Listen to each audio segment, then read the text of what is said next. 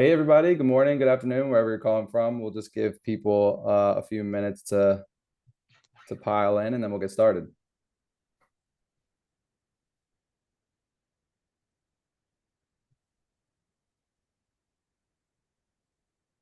Feel free to drop in the chat where you're calling from. Always love to learn where everybody's calling from throughout the country.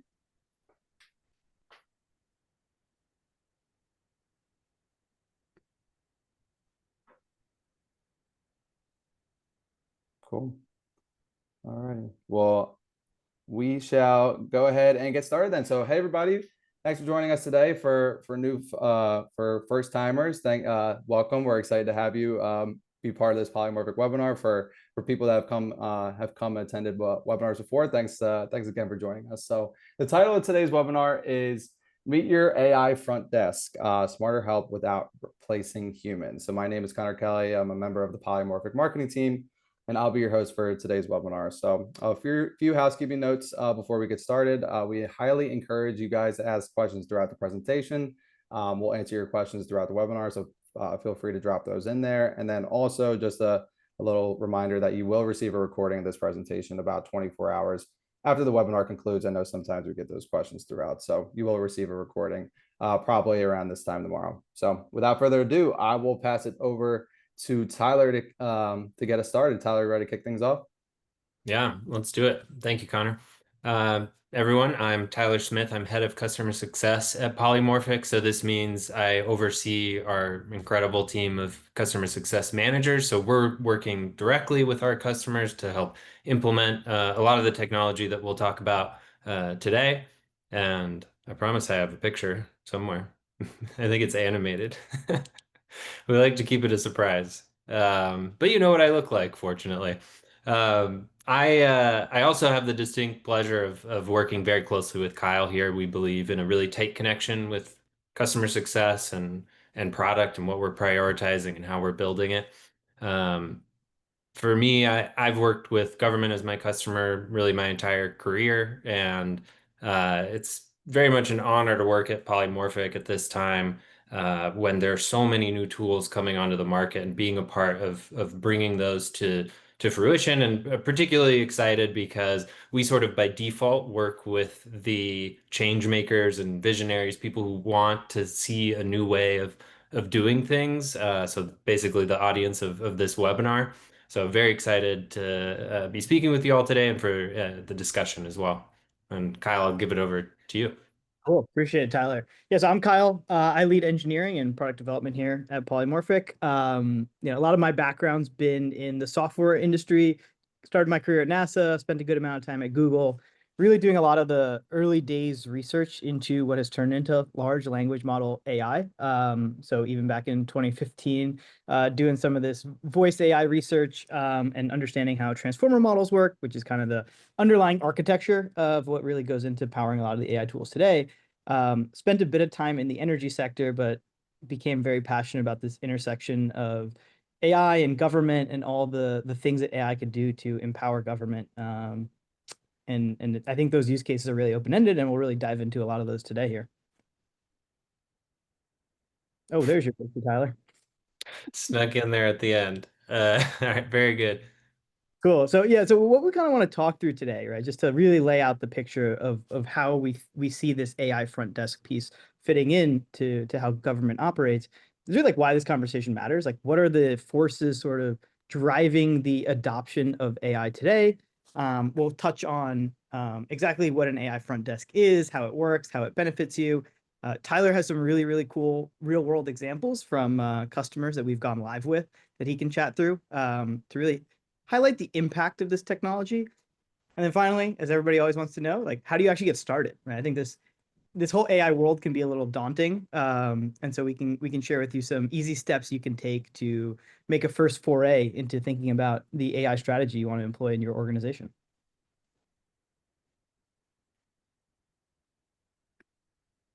Excellent. Yeah, so we'll start with why this matters and why we're all here. I don't think that the ideas contained on this slide will be very unfamiliar to our audience. I think it's well documented and known that expectations are rising and resources aren't necessarily, or they're even decreasing as it gets harder and harder to hire into government roles. This 41% figure of government workforce reporting burnout, that's something that fluctuates over time, but I think what's notable is it's typically always higher than in the private sector. So government staffers face particular challenges and are particularly constrained as well. And yeah, I think you all probably don't need this reminder as much as, we or other people do, but behind each number there is an individual or many individuals. There's a clerk who's being asked to do 3 times the work that they were 5 years ago. There's a resident who's waiting longer for a permit than they did 5 years ago.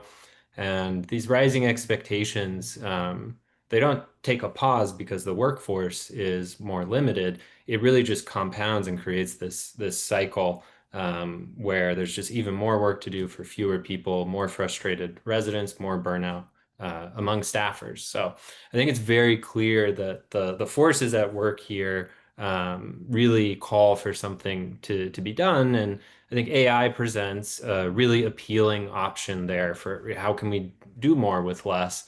And so, Kyle, I'd be curious from your perspective. Like, I think last year we saw a lot of kind of tentative exploration of AI in the public sector, and now we've kind of seen that logjam burst, and there's more and more applications coming out each day. I'm curious what you think accounts for that.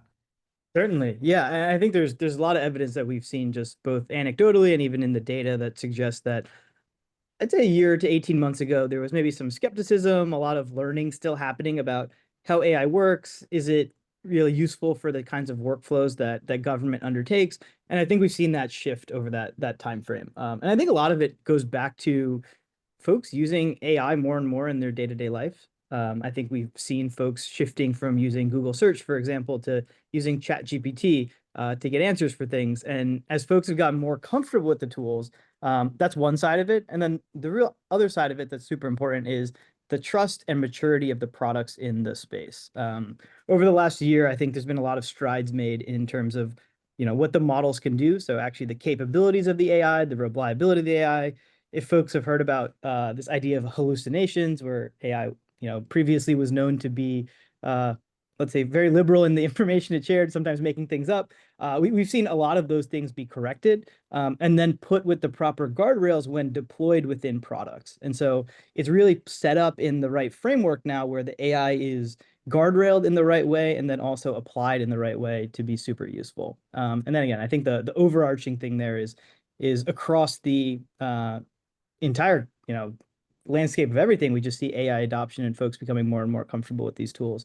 I think it is a really interesting, almost like technological journey to see a technology go from, pretty cutting edge, I would say 3 to 4 years ago, where today it's being deployed directly into real world applications. And I think it's a really cool achievement of how fast the technology is moving and the amount of progress a lot of these big AI providers have made, enabling us to do really cool stuff, empower government in really cool ways. And so, yeah, I just want to quickly talk about like what does it mean to even be an AI front desk, and what does that mean for you? And so I know like folks have seen other products in the world before that have claimed to be maybe similar to a front desk. Maybe that's like a IVR system for your phone lines where you have the press 1 for this, press 2 for that, press 9 for more options, and on and on. And the AI front desk, diverges from those kind of older automation tools in some pretty key ways, right? And the biggest one is how it can really handle the broadness of the inbound that you get, especially if you're answering that front desk phone line, right? If you think about what a front desk for a county might have to answer, it could be anything from a missed trash pickup to understanding something about Medicare, Medicaid benefits and routing that to the right department. And so part of what the AI is really good at is this broad-based understanding, being available all the time. We've seen in the past, a lot of these phone systems have been a little bit mechanical. They don't really flow very naturally.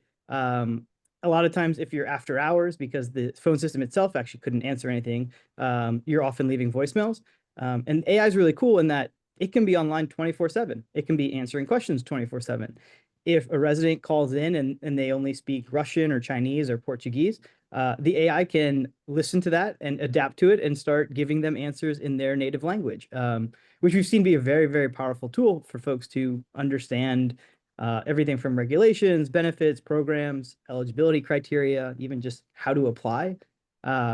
Similarly, as folks go through a lot of these things, sometimes you'll find or encounter residents who get a little emotionally charged, and AI does really well there too. AI is good at staying calm under pressure, or when it's getting, sometimes somebody calls in and just almost wants to chew somebody out, and the AI is really good at staying patient with them and trying to help them through whatever problem they're having. And it's really good at recalling information, right? So when we think about going back to that breadth piece of all the things that a county government does, there's a lot of knowledge and content that you need to be aware of to be able to give good, complete answers to folks, as you're working that front desk. And that's another thing that AI really, really thrives on, which is understanding and having a lot of data basically at its fingertips, where, as you think about training a front desk staff worker, it might take them 6 months, 12 months, maybe 18 months to actually get up to speed and understand it all. Giving a lot of this data to an AI enables the AI to basically start answering questions from day one, and having that really, really strong recall. And ultimately, all these tools are organized on how much of the rote, repetitive tasks can the AI off-take, and then really pass the high-impact challenges on to staff, right? And so it's when somebody calls in for the 5th time today asking for what the address to the buildings department is, the AI is really good at handling those really repetitive challenges, and kind of works alongside staff in that way, and can handle a lot of the stuff that staff doesn't want to handle, and hand it off where appropriate, where that staffer level touch is required. Excellent. So that gives you a sense of kind of the higher order benefits and how front desk operates. But just to be really specific on like tangibly what it is, it's basically a suite of tools that is a layer, if you would like it to be, where the resident first interacts with your municipality or county or agency. And so in our case, that means that we cover a lot of different mediums. So it might be chat on your website, search on your website, like a much more robust, powerful version of keyword search, but using AI to provide answers rather than only a list of links. Email, which is tapped into your overall kind of front desk engine, and can help your staffers write emails based on that knowledge base in response to questions that they receive from residents. And then voice, text, these are all kind of elements of this layer to make sure that we're able to interact along as many avenues as possible in addressing repeat questions that don't necessarily need a human to interact with them.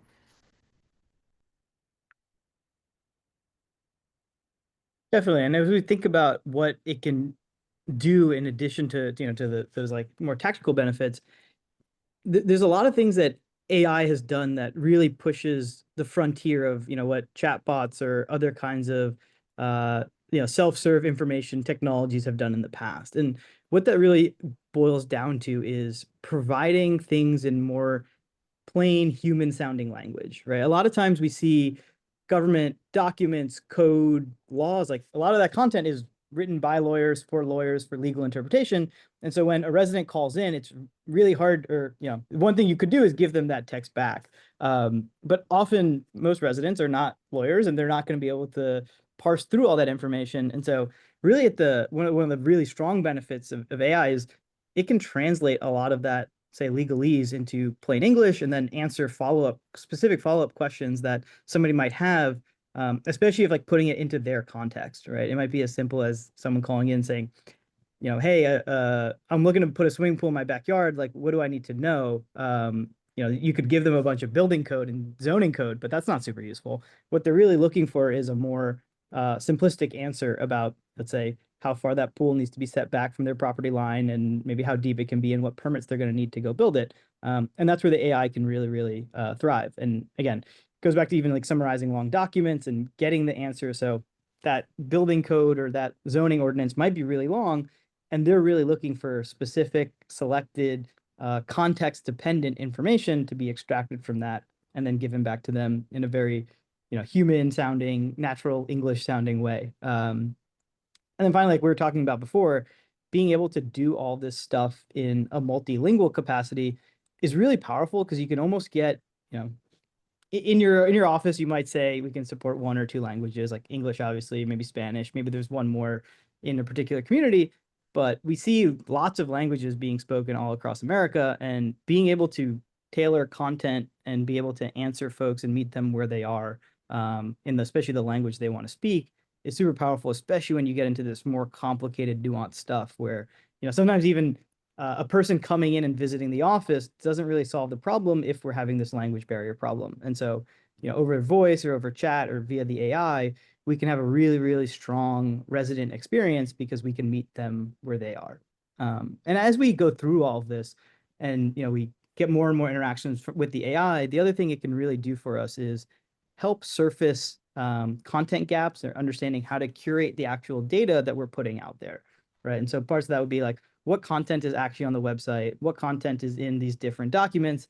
Is there missing information? Is there conflicting information? And using these AI tools to help surface, not just all these conversations and giving residents data, but also helping staff understand what data is actually out there. What are we communicating to folks? Is there content that we actually need to update, redact, refine, whatever it might be? And so it's really a useful tool in the communication space in a very 360 kind of way, right? It's not just outbound, but it's inbound and maybe even a little introspective in that way.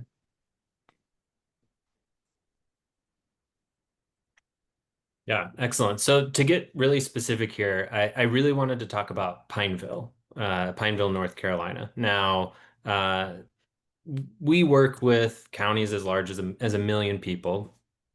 Pineville is a smaller town of about 10,000, but I think it's a really interesting example because it kind of lays bare how we think about these tools and how people want to use them and the benefits they can get from them. So Pineville is particularly interested in maintaining a human touch. They're unlikely to implement a phone tree of any kind in the immediate future, AI or more traditional IVR, because they want someone answering that phone. Now, that becomes difficult as the population grows over time and services grow over time. And they implemented specifically our AI search product, and they've seen about 100 fewer calls per month since they launched it. So what this effectively means is the AI is handling the things that the AI is able to handle, making that already there website information easier to find, easier to parse, and allowing them to still have that human touch over the phone and make it sustainable for the future. So I think this is a particularly interesting example because in a lot of ways, the point is not AI. The point is not to have a tool. The point is the outcomes that you want to achieve. And that might look different from municipality to municipality or county to county. And it's something that we pride ourselves on working with the customer to understand, exactly what their goals are and how to implement them. I think this is a good example of this. Tyler, in terms of these benefits or wins, what kind of stuff do you see most often across different agencies? Yeah, I mean, I think these are fairly representative, especially the first three are probably like the first order benefits that we see. Like we work with a surrogate court out in New Jersey, which is probate court for most of you, that was used to having quite a backlog over the weekend of voicemails, and they turned on chat, and now they come back to essentially empty voicemail boxes when they're starting their Monday, letting them kind of just dive in and get to their typical work because those issues were handled. So I'd say those are expected results early on. Residents are getting the information that they need. There's fewer inbound to staff. They have lower workload. I think like greater public understanding and trust, that's like a second order benefit that does take additional time. Like they've got to use it. They've got to see that it's working for them. I think there is frankly skepticism about like, can this tool help me? And we've had to work carefully to communicate that it's quite capable and you can ask it a lot of questions. So to that end, while it's a second order benefit, I think there's a lot to be gained by being intentional about your initial outreach and framing of it. We'll talk a little bit later about Pacifica, California, which has done an excellent job here in making really clear what they're doing, why they're providing it, best practices for engaging with the AI front desk. I think all of this goes a really long way to helping you realize that benefit sooner rather than later. An interesting sub point I'd point out here too. You kind of alluded to it earlier, Kyle, when you were talking about how the breadth of knowledge is so useful at its fingertips. Like one way in which I've seen these tools gain a lot of trust is actually internally within our customers. So we might have an externally focused engagement, and then we hear from staffers or our stakeholders on the other side that they're going to start using it as a training tool for new employees because it simply knows so much about the municipality or the specific department that we're working in.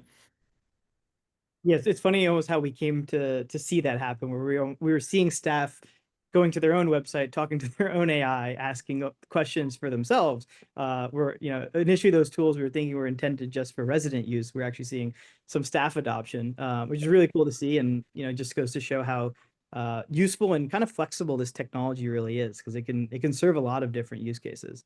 Kind of in that vein, Tyler, as leaders go to think about rolling out these kind of tools, like what sort of things should they have top of mind, especially in terms of making sure that they're rolling them out successfully? Yeah.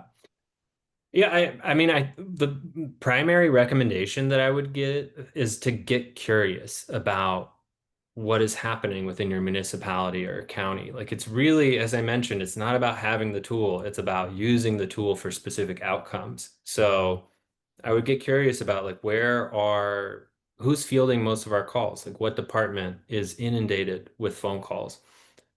How do those phone calls break down? Like how many of these are kind of static Q&A that are posted on the website, but you know, people aren't going to the website, they aren't finding that information. How much of it is specific to an individual? Might require some back-end system. They're inquiring about a case status, permit status, something, work order status. Getting these down, I almost think of it as like you can do your, if you want homework from this webinar, you could do it on a like index card where you're going to find out, you know, which are the departments with the most calls, talk to the staffers there, talk to the front desk people, the department head, get an understanding of how those break down. And I think that really gives you your best lead into figuring out where you would want to use some tools like this. And it also gives you a really valuable baseline for measuring in the future, like how successful have we been in improving things from where they started. Well put, Tyler. And I think a lot of this builds exactly on what you were saying, which is how do you know this idea of it's not really about the tool, it's not really about the AI, it's really about what the AI can achieve. And I think kind of core to that is a fundamental shift in, you know, especially how government looks at technology. I think there's lots of evidence that historically the private sector technology side has let down government because of the kind of tools that have been built in the past. I think really made folks feel like, you know, the software was part of the work. You know, as much as it was meant to be a tool, it was almost like part of the burden that the staffer was trying to work through the software. And I think that's why the shift to this more AI model of doing things is quite different, because the way to really think about AI is more as a workforce or force multiplier in terms of what you can do. And so taking those individual hard to do or things that you just need more staff to do, and being able to deploy AI to offload a lot of the easier use cases or simpler flows, or kind of take the brunt of the inbound, especially as we think about the front desk, off the plates of staff, and enable them to kind of focus on the more, you know, high touch work, which folks typically enjoy doing more as well. And so it's really about thinking about AI almost as you know, the teammate or like the most junior person in the organization, and giving it a lot of that easy to do redundant kind of task work. and building that out in deploying it in that way, I think helps staff feel comfortable using it too, right? Because I think it's one of those things where I think it's very clear that AI is not here to take jobs from folks, especially folks working in government. There's a lot of work to be done, and kind of like Tyler was saying at the beginning, a lot of this work is mandated by law, and so it has to be done. And because it has to be done, we don't get the same sort of supply demand economics that you might get in the private sector.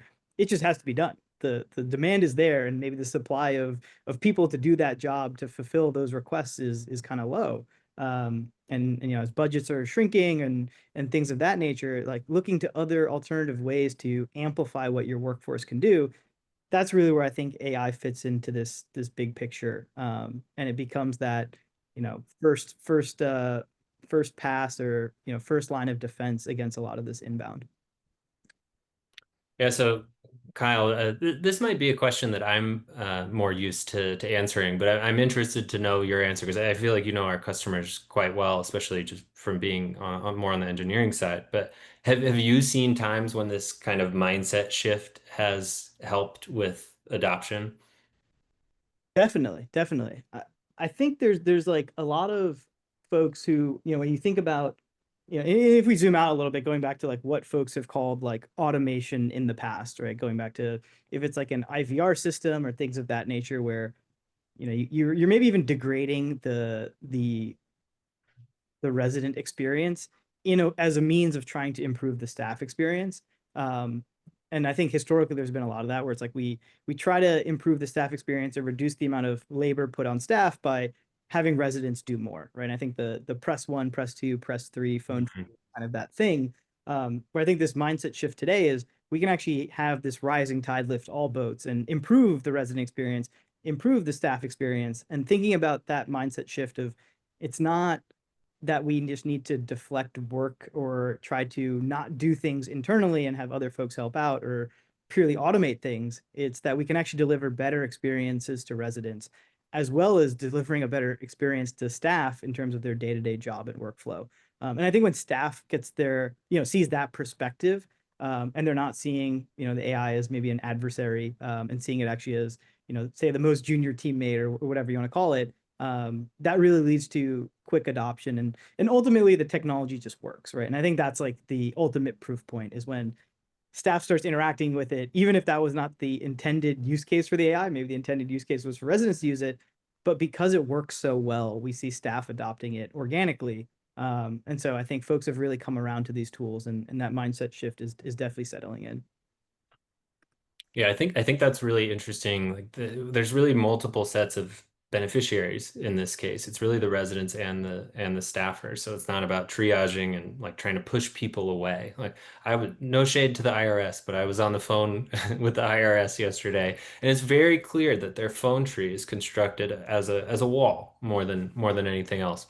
And there's a lot of benefits in being able to have something that's actually just trying to optimize for outcomes on both sides of that equation. I think a perfect example is, you mentioned that residents don't need to know the terminology. That's also true that they no longer need to know what department does what, which is often very convoluted and changes from municipality to municipality or county to county. They just need to know what their issue is. So if you talk about your issue, you'll get either a relevant answer, or you'll get directed to the correct department that can handle it. Exactly, exactly. And I guess now we know why your photo was missing from the first slide. Trying to dodge the IRS tile. Exactly. Yeah, I should have had my camera off this whole time. Um, Very good. Okay. So thinking about getting started, I kind of gave you some insight into that already, because I really do think it needs to be strategic. Like, let's focus on impact more than anything else. So I do think it starts with figuring out, what are those areas where you're really needing to limit inbound, and it's situations that are resolvable via AI. So they're not calls that require a heavy amount of human judgment. That's exactly what we're trying to free up staff time for by handling these kind of more routine Q&A. And something else to think about is it is possible to integrate with back-end systems. And I think that's where a huge amount of the power is when you get down to the individual level. So I'm calling about, to confirm my appointment time or confirm my utility bill, pay my utility bill, initiate service, check on my case, court date. Like all of these things they're really not answerable by even like what I would call like more traditional AI chatbots, where they're just relying on static resources that can't be geared to an individual. We also incorporate GIS technology in our chatbot. So if you have data that pertains to specific, geolocations in your municipality or county, we can use those to help answer questions like what day is my trash pickup. So I would really think broadly about what's possible in terms of the bigger problems that you want to solve, the bigger inbound that you want to alleviate. And then we have a lot of examples of this where we can start small. I keep teeing up Pacifica, and we'll get into it in a moment, but I think they're a great example of they kind of dipped their toes into it at first and started with search, started with chat, then started with voice just after hours, full time on Friday, and then growing out to now 24/7.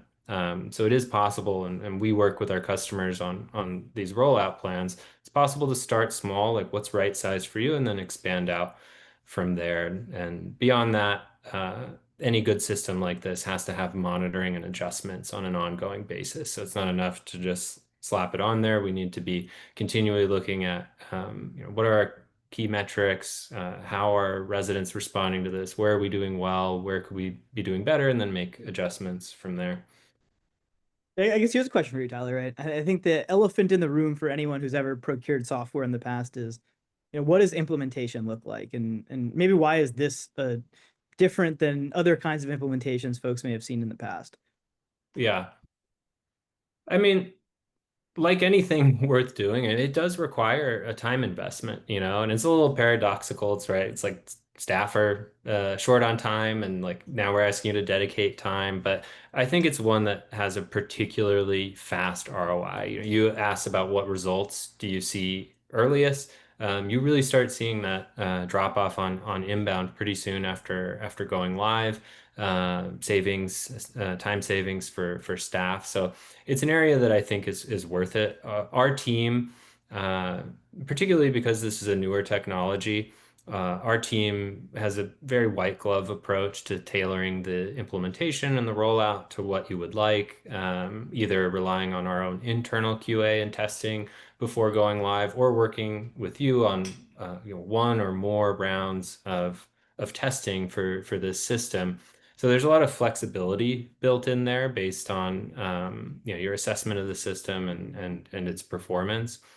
The thing that I would say, we can move extremely quickly on our side, and so a lot of it is dictated by the customer and their availability. The mindset shift here that I would think about is, and that I think we'll see in the future, a lot of times I would say it's viewed as an extra thing. Like I can do this, and hopefully I save some time, but I've got to like take care of this thing. I can save some time. I think in the future, and we're seeing a lot of customers lead the way in this is going to be seen as an essential activity. We have all of this information on our websites. This very careful information architecture that was designed to help residents find the information they need. I think that was the great hope with websites was, they don't need to call in to town hall anymore because it's on the website. And I think in large part that promise has not really been fulfilled. It's just a lot of information. You can get as creative and philosophical with the information architecture as you like. It's still going to be hard for someone to find the information and to navigate all of that. So this I really view as the primary way in which how are we making sure we're communicating the right things to the residents, that all of our information is up to date so that they can trust these tools. And sometimes we hear an objection that is like, well, I don't think the timing is right for me because I feel like a lot of my website materials are out of date. And that's a problem regardless, right? Because that means you have out of date materials on your website. And what we've seen customers do is really take that by the horns and use this as an opportunity to identify what those sources are. What are people asking about? Are our sources up to date there? What are we not getting answers for that we should? And let's improve those materials, because at the end of the day, you are improving the outcomes for the resident and for the staffers when you do that. So I just, at a high level, I would say it's worth the investment. And I think that we're going to even see that even more as we proceed. Definitely right. I think there's a lot of good points there, Tyler, but I think the overarching one is just it's like the rising tide making the job experience better for the staff and for the resident. And sure, there's some upfront costs to setting that up. Out of curiosity, I guess on the resident side, what kind of advice would you give for folks who are thinking about going live with something like this and communicating these tools to residents and saying, hey, we're going live with these things and saying why? I think you said Pacifica may have done a good job with this. Yeah, and we'll definitely talk about that. But just in general, I would say you don't really need to be shy with it. I think it's better to be transparent and upfront, kind of to that point about transparency and trust. And things that we've seen are explainer videos, one pagers, best practices for interacting with the AI, press releases. Like, these are all things that our team works with customers to produce, to help make sure that we're really hitting on that trust and engagement, because the tools do perform better when residents engage with them in the way that like using more complete sentences. When they understand the breadth of what's possible, they're more likely to ask those more difficult questions that they're not used to, say, like an IVR system certainly being able to answer. Yeah, it's an interesting challenge of almost undoing and updating some of the mental model from maybe software in the past not being Mhm. so good, right? Like I think over the last whatever 10, 15, 20 years, we've seen many attempts at chatbots on websites and Yeah. phone tree navigation systems that have, I'd say, generally let people down. And so I guess part of the challenge is, especially on the resident side, is communicating to folks like, hey, this is different. Like this can actually do the thing that software's been sort of promising to do for the last 20 years. But it's like finally the technology is ready to actually do that. And so, getting those comms right, I think is important from the resident side adoption too. Yeah, for sure. Okay. Yeah, so we've alluded to this a number of times now, but just to kind of put a finer point on it, with AI voice, we typically see somewhere between a 30 and 50% handle rate. So that means that these calls that are coming in are getting handled by the AI directly. This is why we're seeing those time savings for staff. I also think it's interesting to look at this kind of on an individual level. Like, if you think of looking, you're a resident or even a staffer, and you're looking through codes for specific information. Just on that individual event, you can think about the amount of time saved from potentially hours of kind of combing through codes and trying to parse out that language, versus having a quick conversation with the chat, being able to ask follow-up questions if you don't quite understand initially, or you have special circumstances that apply. Like, you're just greatly condensing that time. And then, yeah, I've mentioned voicemails in surrogate courts. We've seen as much as 80% decrease in voicemails for after hours and over the weekends, which just means that residents' issues are getting resolved 24/7 when the lights are off in the offices. So I think that, these are things that we keep an eye on, of course, on top of just general overall volume, handle rates, that sort of thing. You can kind of impute time savings for staff based on those. So, Kyle, I've talked a little bit about implementation and the testing that we do, and kind of improvements that need to be made during that process. I guess from the product perspective and technology perspective, what do you view as important in keeping results accurate over time? Yeah, I'd say there's really two big buckets of activities that go into that. One is, of course, there's no replacement for having staff and humans monitoring what the AI is doing, right? The AI certainly works best when working in conjunction with people, where people help keep it on the guardrails, make sure the answers it's giving are good. And then the second part is a little bit more where the AI can actually help in almost guiding itself, which is this idea around how do we keep content and the data that we're actually putting out there up to date. And so part of what we do at Polymorphic is build tools to help you curate your data or understand the data you have, find places where you might have conflicting data, or, a habit that we've seen is a lot of folks like adding content to their website, but they don't seem to often take old or outdated content down, but identifying where there is old or outdated content, especially where it conflicts with current data, and being able to do that in a more passive way and get those suggestions back from the AI, that's really powerful as well. And then finally, like all things, right? It's really about measuring. How do we make sure we're measuring the success on whatever dimensions we really care about? I would argue that there's two really key dimensions, which is how fast do residents get their answers met or needs met, and then how fast or how much time are we going to give back to staffers? And having really good baselines for those kind of metrics before we go in is super helpful. And as Tyler's alluding to, the signals are very clearly in favor of both of those metrics, right? There's no replacement for, if someone today called in at 5:01 p.m. on a Friday, they're probably not going to get an answer for 2 to 3 days, right? Where with the AI tooling, you can take that and they can get an answer immediately.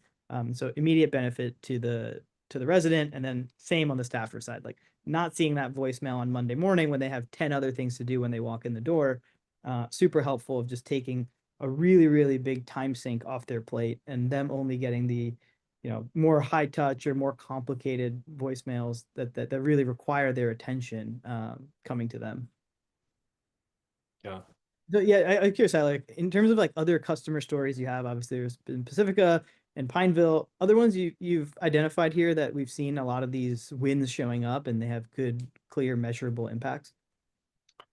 Yeah, I think those are great example. Pineville, the surrogate courts that I've mentioned. I think one that really comes to mind is actually one of our earliest customers, Tangent Oregon. They've been with us for a very long time, and kind of beyond the numbers in this case, I would say that like he's spoken very movingly about like what this has freed him up to be able to do, like not just the AI voice, but kind of the other parts of our platform that integrate with it. That rather than answering kind of the same questions, him and his staff, that they've been freed up to do more of the work that they got into public service for in the first place. So more community engagement, providing new services to those residents, which is really at the end of the day the goal for a lot of us. I think it's a very strong point, right? It's not just about how much time did you give back. It's really what does that time unlock? Yeah. Especially when we're in this world where it is really hard to recruit and retain talent. And then at the same time, a lot of the stuff the government does is mandated by law. So you can't just not do it and in lieu of other things. And so a lot of these AI tools give you back time. So with the workforce you have, you can do a lot more of the really high impact work that folks do want to do. So I think it's really, really important. I see that we have a question in the Q&A. So the question was, in using city code, many are online, managed by a third party. Do we link to that, or do we need another iteration of it? That brings up a good point kind of about how our system works. So we have kind of like what I would call a walled garden, or people would refer to as a walled garden, where you're essentially whitelisting sources to be included in the knowledge base of your AI. And so that means it's not limited to your website. It's limited to, exactly what you want to be on there. So that means you can have multiple different websites that are being checked regularly, automatically for updates, and all of that is being synthesized into a single AI. So that AI is able to find information that's on your web page and also in your codes, or maybe also in a document that you uploaded on the back end, and form a single synthesized answer that's pulling from all of those different sources. Yeah, and then from just like from a tactical perspective, what we can do on our side too, which makes it really easy, if it's hosted by a third party, literally all we need is just the URL to that page, right? So if it's a Minicode link, an eCode link, an AM legal link, just give us the link, and then we have ways to basically pull in all of that data. And so then the AI will basically be knowledgeable of all code and things like that.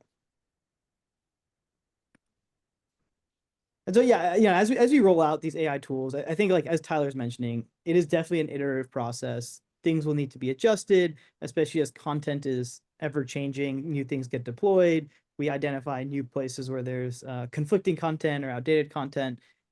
A key to all of this really goes back to just working with the AI tools, keeping an eye on it, monitoring what types of calls and queries are coming in. And again, these are things that our software helps with as well in identifying and detecting. But there's definitely no replacement for just having folks deeply in touch with how the AI is working, what it's working on, and then just even using it themselves, because that's like the best way of getting immediate evidence for things it's doing well or things that we can help curate the data a little bit better on. Yeah, very good. And then just on that last side, on the people side, just to emphasize some of the points that we've hit already about communication around this, both internally and then externally with residents. On the set expectation side, I would again hit on that, like, you know, the mindset shift from seeing it as an extra thing to an essential thing. I think if you set expectations on that, it becomes the ROI on the time spent on this becomes really clear. And we've seen a lot of results here. Small, or not that small, but tourist destination out in Rhode Island that experiences very high summer traffic. They were seeing like pretty high rates of not being able to answer the questions that were coming in as summer started. And working with our CS team, with their communication staff on the other side, they went about updating a lot of the most used materials for the most used questions, and they got their unanswered rate down to 8%, which is exceedingly low from just a short time investment on that end. So I think kind of setting the expectations about, you know, what this is going to take, but then also what you're going to get out of it is huge. Okay. Long awaited. We're going to talk about Pacifica, California. When we're talking about lessons learned and best practices, it's hard not to talk about them because they've really done an incredible job, both with, you know, being prudent about the way that they started using these tools, but also very transparent and communicative. And they also represent really like the full implementation of these suites of tools. So they started with search. They have chat now. They have 24/7 voice. They have the email assistant for staffers in responding to emails. You can text Rose, and I think that's kind of like I guess the whale in the room is that they've branded their AI, which is not required, but it's certainly something that we've seen customers have a lot of success with. So Rose is a whale with a headset, and people love her. And that's, I think, been really key in helping to introduce to the community. So I think the branding element really is important. And the other thing I would say is Pacifica is one of those customers that also pays a lot of attention to the ongoing maintenance of what's coming in, what needs to be improved content-wise, and it really shows in kind of the public trust. I mentioned that's one of the second order benefits that we see. And we've seen dividends there for sure, where Pacifica is reporting that the residents are telling them like, "Hey, I'm getting my questions answered faster," and they're appreciative of the service. Yeah, in terms of like the rollout they had there, Tyler, you know, you mentioned them going from chat to voice to email to text. You know, what is the benefit? Do you think it's important that they're sort of doing this on all these different channels versus just one? Yeah, so I think the interesting thing here, and I don't think we've really covered this yet, is that the engine is the same. So all of this work that I'm talking about that goes into curating your content, making sure that your content's up to date, working with our team on testing and improving.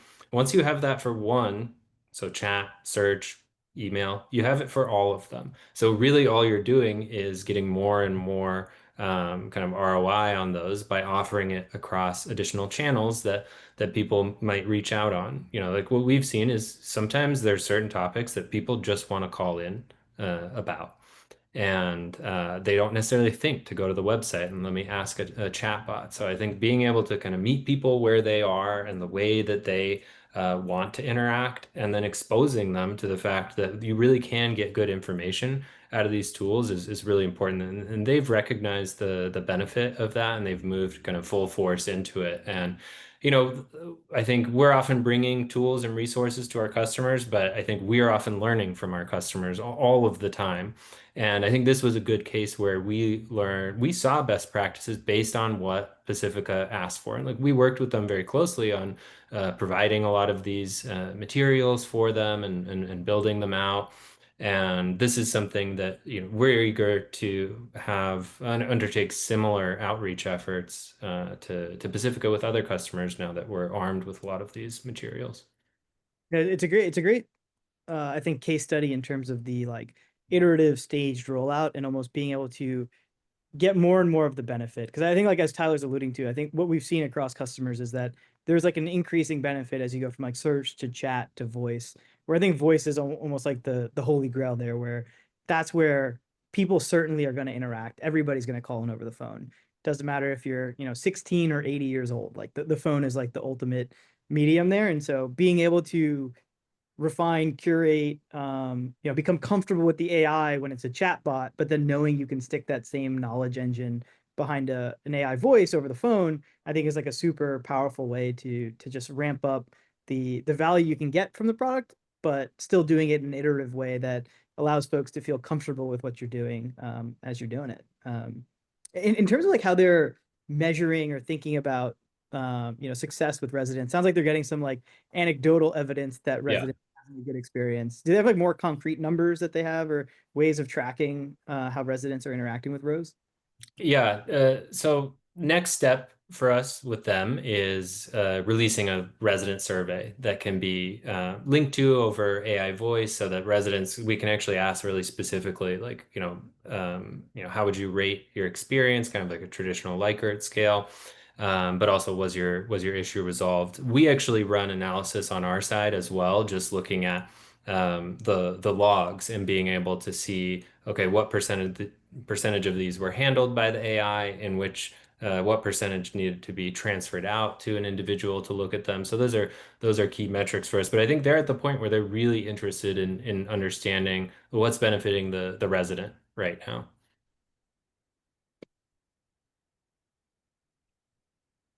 Yeah, so looking ahead, I mean, of course, we see this AI front desk idea already starting to deliver value. As Tyler's suggesting, we can easily go from search to chat and now to voice, where there's kind of increasing value to both residents and government alike as we move through that. And so just thinking kind of like where we're going, right? Like where is this going to be 1 to 2 to 5 years from now? And I think where this really lands is, the AI front desk is almost like the entry point into all of the ways that AI can benefit all the things that government does. And features that we're just starting to deploy now start to get more into that case management side of tools and what we're calling application pre-review, right? So using actually these voice AI tools to start doing application intake, say over the phone. So if someone calls in and saying like, hey, I need a pet license, how do I go do that? Not just directing them to the resource, but saying, letting the AI start them up on their application right over the phone. And then as they go through that submittal process, layering different AI reviews to improve the staffer side as well, right? So once a resident has their application ready and we have like a digital way of submitting that, the AI can then give them an immediate review of their application in the first 10 seconds after they submit it. And that's super valuable both for residents and staff, because residents now are getting immediate feedback on their application and able to iterate it in certain ways to make it a better formed application.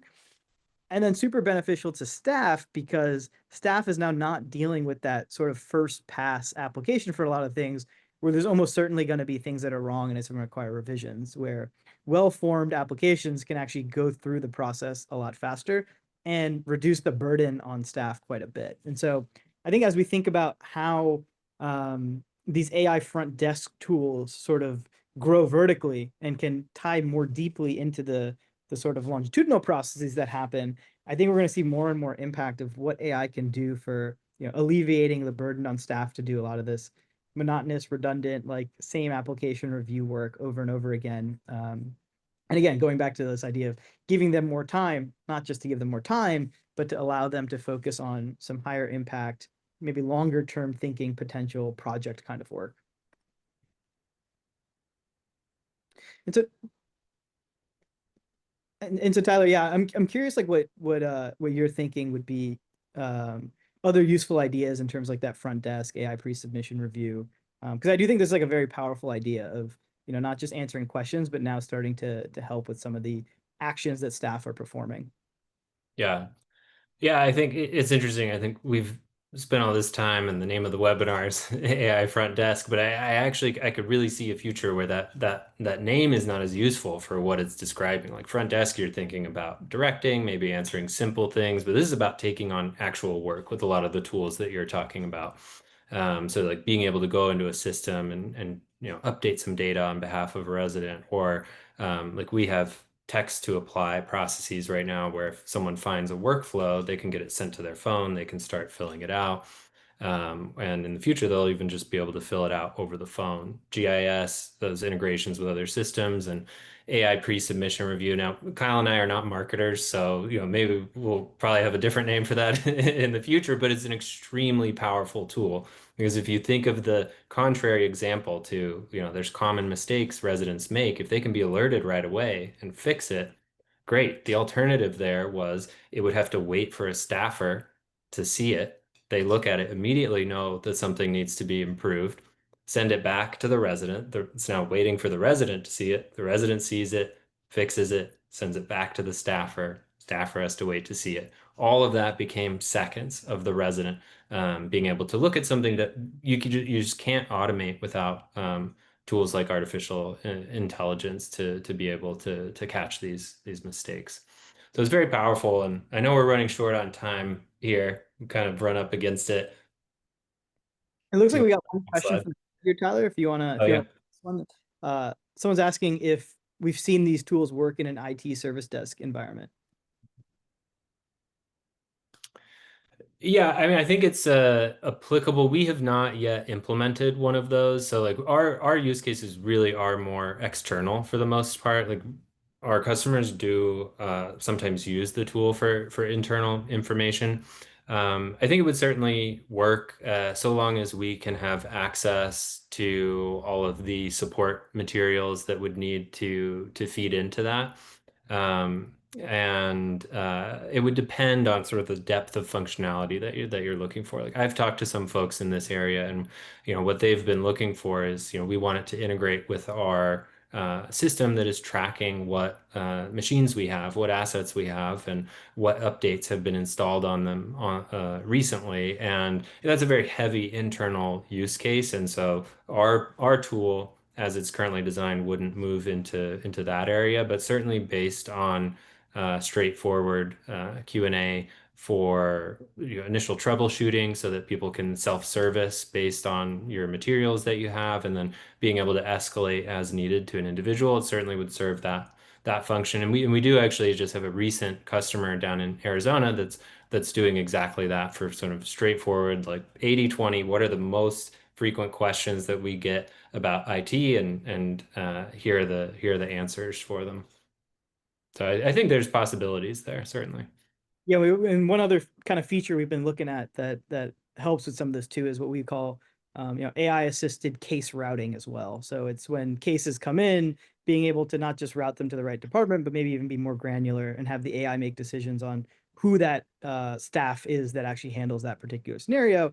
To again help that triage piece and just get tickets basically routed to the right folks in the most efficient way. But as we're pushing up on time, we can close out some of these slides here. So again, thinking about practical takeaways, things that we think AI is really good at is those really high volume, repetitive tasks that staff is undertaking that, quite frankly, they don't have the time to do, and really there's more important, better stuff for them to be working on. 2, start small. I think there's really cool ways, especially as Tyler was alluding to iterate these tools, make folks comfortable with them. Get the quality up, the data curation piece up to the quality bar that you'd like, and then you're rolling out higher and higher sort of impact tools on top of that. So that's like search to chat to AI voice, starting with just nights and weekends to 24/7. And then finally, just getting early buy-in from staff and residents, and helping them understand why these tools are really helpful universally, right? Like again, that rising tide I think is going to lift all boats. It's the first time I think software is going to be improving both the resident experience and the staff experience at the same time. Cool. So I know we have a quick poll here. who would like someone from Polymorphic to just reach out to them? I know there's a lot of buzz about AI right now, so we always happy to talk AI with you and specifically talk about our AI front desk products. Awesome. Well, Tyler, Kyle, thank you so much for taking the time out of your busy schedules to join us today, and the same with everyone that joined the webinar. Just quick housekeeping reminder, we will be sending the recording to you all within 24 hours, so just be on the lookout for it tomorrow in your inboxes. Yeah, like Tyler mentioned, and Kyle mentioned, I should say, if you would like somebody to reach out to you and maybe some unanswered questions about how to get started, how to implement AI, all that good stuff, hit yes, and we'll have someone from the Polymorphic team reach out to you ASAP. Kyle, Tyler, any final words? They stay curious, like Tyler said earlier. I think there's a lot happening in the space and a lot of really high impact stuff that can come out of it. So I would just encourage folks to just continue to learn more. Yeah, perfect. Couldn't have said it better myself. Love it. Awesome. Well, we're at time, everybody. So thanks again. Enjoy the rest of your day, and we'll see you at another Polymorphic webinar soon enough. Take care, everyone. Thanks, y'all. Take care.